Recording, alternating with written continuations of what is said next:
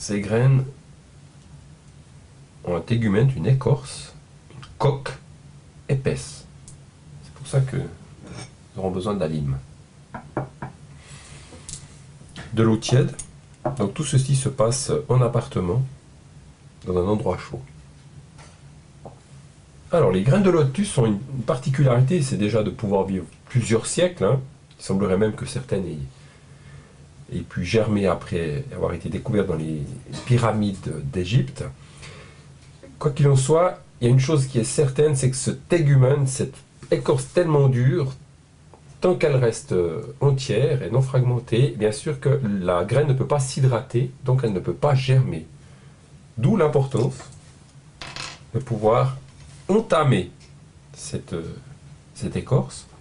Alors l'idéal, sur le petit fascicule, ils vous diront sur le bourron, qui n'est pas toujours évident à trouver, je dirais qu'il y a une partie où il y a l'attache, où la graine était attachée à la plante, puis il y a la partie où il y avait les organes, qui sont devenus caducs, et vous prenez en fait le bourron, c'est-à-dire ce bout où il y avait ces organes caducs dessus, et puis ça consiste simplement en fait à limer, c'est-à-dire à entamer cette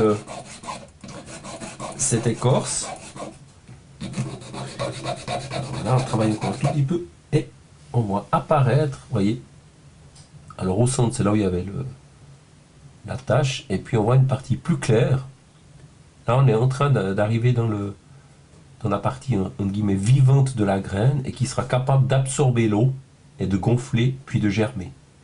Alors vous pouvez tout à fait avoir le même effet, si vous voulez, en utilisant un petit clou que vous enfoncez, vous faites un petit trou au même endroit là où j'ai limé, c'est-à-dire la partie supérieure, la partie arrondie.